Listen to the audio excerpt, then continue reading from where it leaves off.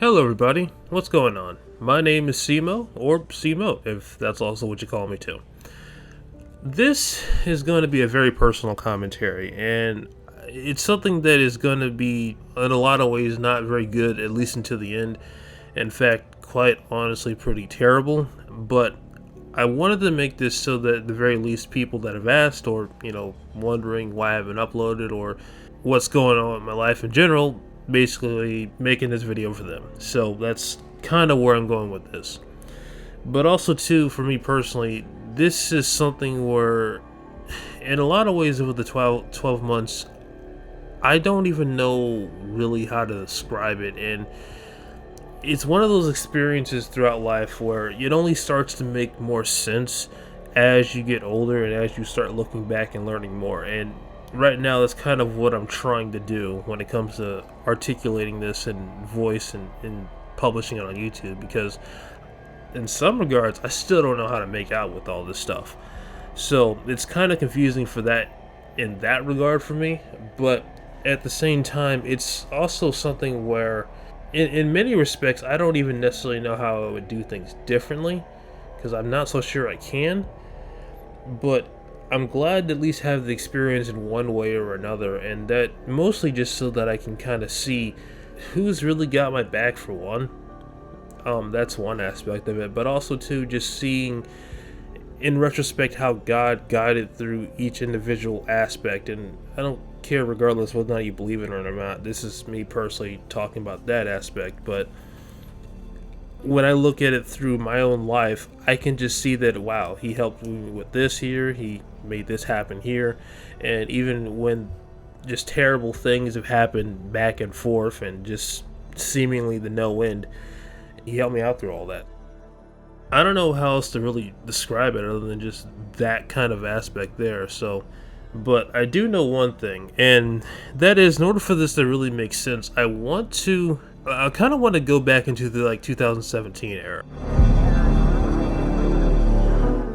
The reason why is because a lot of the things that happen in this last 12 months are only of occurrence because of that. In 2017, April 1st, 2017, which not an April Fool's joke at all, I started my second job I ever had. And this one is the longest one I've ever had, about 3 years more or less, a little over 3 years. And this job was relating to military, actually, and it's not because I've served or anything like that, but I was basically government contractor thing for a company called PCSI. Now, they do lots of different things, and I'm not going to get too much into detail because, quite frankly, not necessary. I haven't worked for them in over a year, and simply put, I don't think it's necessarily involves that kind of personal detail, just not. But the important thing for this particular commentary is that I work for them, and my job duty was to check the military IDs of the customers coming in for the TRICARE clinic, which is basically just the military clinic, simply put. A lot of people may know about it, especially those that are older. And so that was kind of my job duty there. In terms of specifics, it would break down into three different things. It would break down into doing customer service, minor security detail, because obviously the ID checking thing to verify and, say who you are, pretty much. And the third thing would be to, get the right people to the right people sometimes. And that's pretty much what my job was as a whole.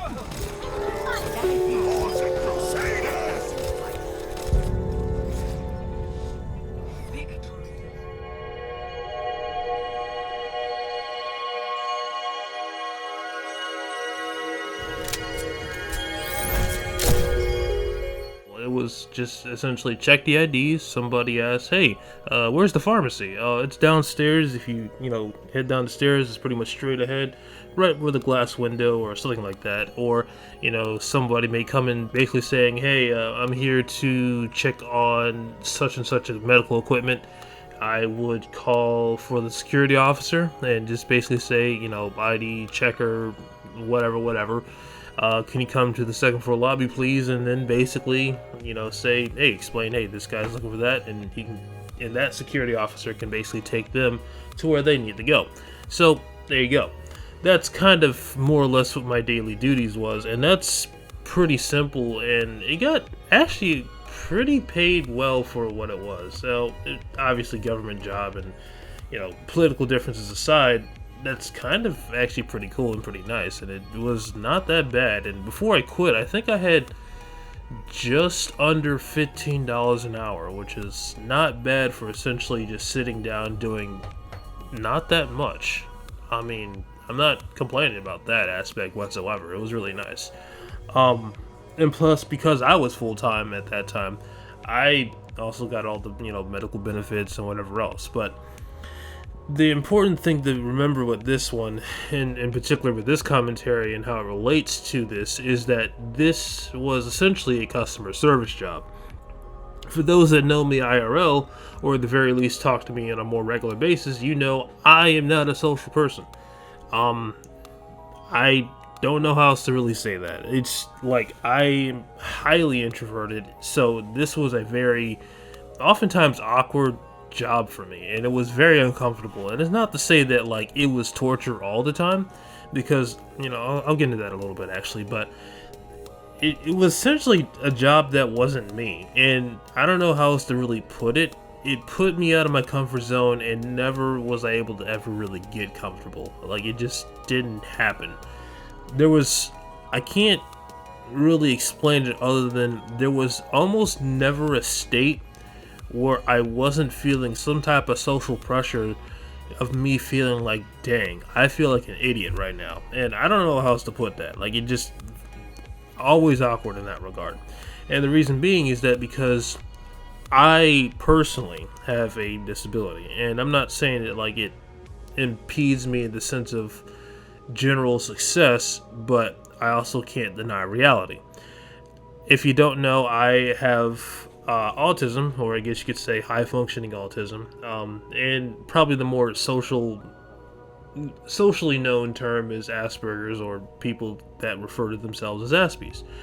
Basically, the best way to think about this disability is that it's more along the lines of a social disability. It's very hard to interact with people socially in that regard, and it's not to say it's impossible, it's not to say we can't do it, but it's something that we are certainly not. And a lot of people that have it will basically universally tell you that, man, this is just not me.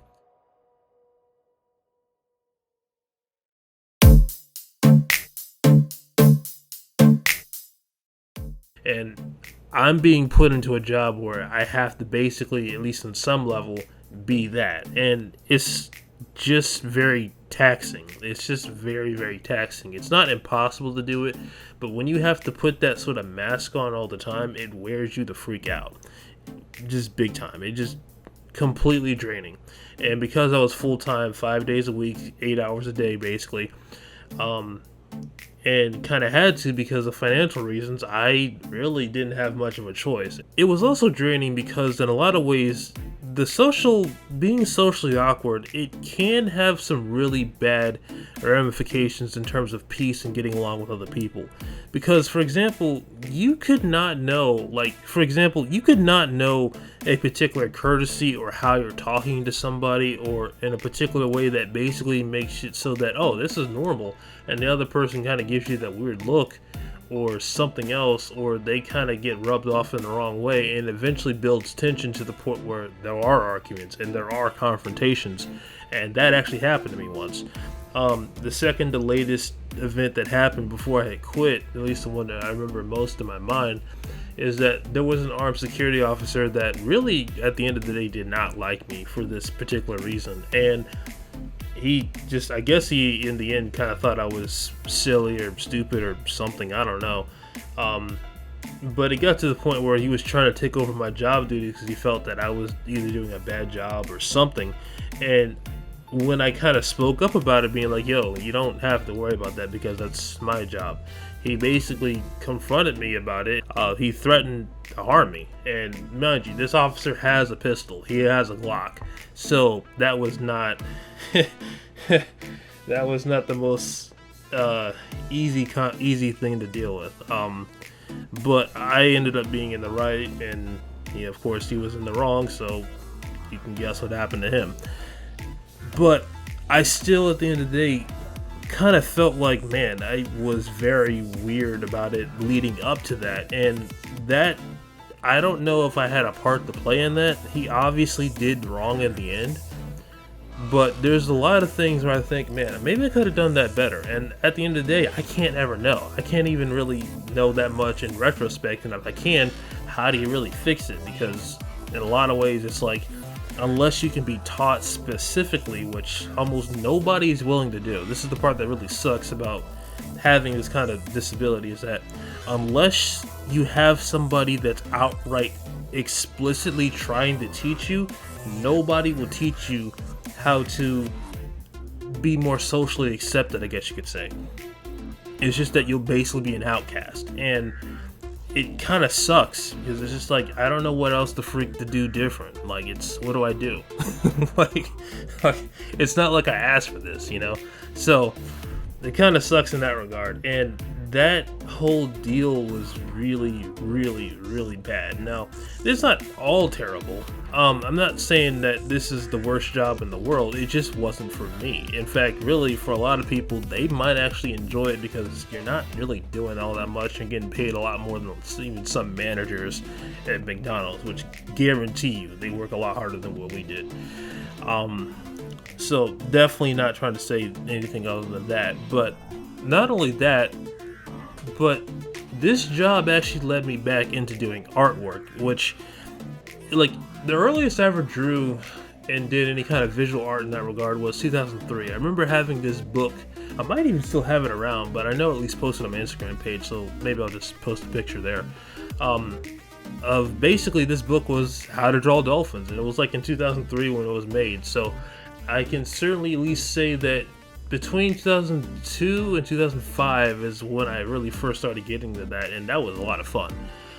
In 2006, 2011, I was really into drawing. I did a lot of digital stuff. I did a lot of, pencil and paper, mostly anime cartoons and just stuff like that. But I fell out of it, and I didn't really get back into it big time until I got this job. Reason being, because I had really nothing to do. And I figured, well, if I'm going to do something productive, I might as well do this, because maybe I can do something with it later on, which turns out I was right in that regard. That was probably the most lasting benefit. But even with all that, at the end of the day, it got to the point where it was too much to handle. Way too much to handle. The last day I had worked on that job was, like, in terms of actually working, because I quit on June 6th, but it must have been about a little over a week prior. And the last day I was there, I remember just sitting in a dark corner that was unused, in an unused room, and just trying to get away from everything because it just felt like it was too much. And it was even playing sad music and things like that. I was super depressed. Like, it was really terrible because it became overwhelming. And I didn't show up for a few days. I ended up taking the rest of my time off that I had available, which was, of course, 2 weeks. And I was just thinking to myself, like, I don't know what to do. Like, this is so terrible. And I feel like I need to quit. And there was a part of me saying, don't quit. You're not going to have any income, which, of course, all true. But it's also like, what do I do differently? Because I'm tired of dealing with this pain. So after taking that time off and still when I was supposed to come back, not coming back because the dread of that was too much. And in the middle of all that having that time off, like directly in the middle, I was the most free I ever felt and the most at peace because I was like, man, I don't have to worry about this job and having to deal with this. I can just be me. And when it came back time for the people over me, like supervisors and things like that, saying, hey, you come back to work, I decided no. Reason being was I felt like the whole quote of doing the same thing over and over again and expecting a different result was kind of that, because me expecting the situation to change by doing the same thing, which is coming into work and trying to deal with it and things like that, I didn't feel like that was going to be any different. And so I decided to take a leap of faith and just say, I'm going to quit and I'm going to figure out what I'm going to do. So that's what I did. Now, the part that's interesting with this particular company is that apparently they got some type of thing where the 401 with some 401k stuff. So at the end of it, they ended up putting in most of the money that was in my retirement account for that, and it ended up being over like 28,000 pre-tax and things like that. So because I quit, I was like, you know what? I ain't got any other income, so I'm gonna cash that out, and so that's what I ended up having. So I ended up having a little over $20,000 to live off of. And my initial plan was to basically just build the art stuff, build the art career, go from there, and just hopefully make some money. And it was pretty foolish because in the short term that was not going to happen. Long term, that's a different story. But to really make it within a year, yeah, a lot can happen in a year and possible, but you'll see. So I did that, and there was a couple things I had spent the money on. One was getting new needed equipment, which in one respect I think I may have went overboard, but in another respect I don't regret it. I ended up buying a completely new laptop because at the time the laptop I had was very outdated. Like even for like specs in 2015, it was pretty outdated. So I got myself a new one, and you can see some video footage of it here. It's pretty awesome. It has a RTX 2060, which is basically the second newest generation of. It's a more of a lower tier one and stuff like that, but still pretty darn good laptop. The laptop itself, as you can see, has a sort of shiny rainbowy color on the keyboards, which is pretty nice. The screen is probably the thing that surprised me the most, because this screen actually goes up to 144 frames per second, meaning that basically it looks smoother, it plays better, and it makes all your gaming experiences and really even just stuff like moving the mouse way better. And that was a laptop that I really thought, man, why did I go with this overboard? But you know what, I don't regret it, because at this point I can't get another one right now anyway, so I might as well go overboard with that. So it's one that I'm like, I'm okay with. And so that was about $2,000 there. I gave my tithes to the church. That was one of the things, so it was about a little over $2,000 if you do 10% thing. I also gave some money to my family, but I'll talk about that later. And the other thing was I spent close to $1,000 trying to learn business and marketing from a person that is very reputable in that regard. You can look him up if you want to. His name is Jason Stapleton. So just if you want to find him, I'll put a link to the YouTube channel where he does a bunch of podcasts and things like that, and more of it's revolving around business and through the lens of politics and trying to talk about that kind of thing. But you can watch that for yourself if you want to. But I took a class from him basically talking about how to do quote-unquote seductive selling, which is basically selling without actually having to sell. And it was very enlightening. It was very good and really worth the money. I just wish I took advantage of the lessons that were taught in there. And if I can find the video, I'm gonna go back and do it some more, and just rewatch and hopefully take that into practice. But this is where we get into the bad stuff about what I use the money for, which basically boiled down to restaurants. Oh, and probably equipment that I really didn't need for things I thought I wanted to do. So most of the time I did not want to leave the house because, one, it was very hot, summertime. I hate the summer. It's just 70 degrees is pretty much the max I can take personally, at least in humid weather. But also, aside from there, when you're dealing with the depression, you don't really want to be around people like that, especially when it's about trying to be social. So that didn't work. So most of the time I just ended up ordering out, and because it tastes better, it's like you're immediately getting a better kick out of that. But the catch is it costs a lot more, and also because I was of the conviction of, if I'm gonna order out and if I can have the money, I'm going to tip generously, because that's kind of what I felt the need to do. So that's what I did there.